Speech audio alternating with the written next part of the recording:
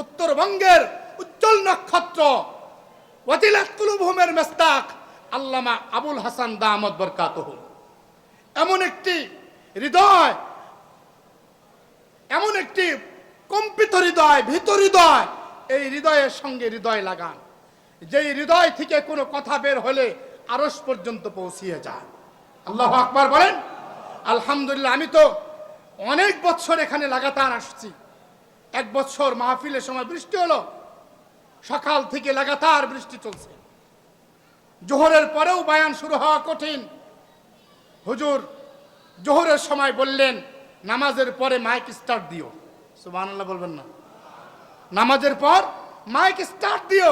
আমরা সবাই অবাক, অধর বৃষ্টি চলছে, হুজুরের নির্দেশ, মাইক স্টার্ট হলো।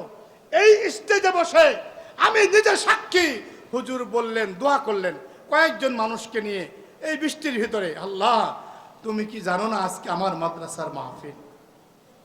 আমার শব্দ দুটা মনে আছে।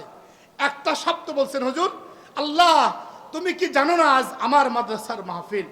2 নম্বর শব্দ হুজুর বলেছেন আবেগ ভরা মন নিয়ে, চোখের পানি ফেলে, আল্লাহ বৃষ্টিটা একটু বন্ধ করে দেওয়া যায় না?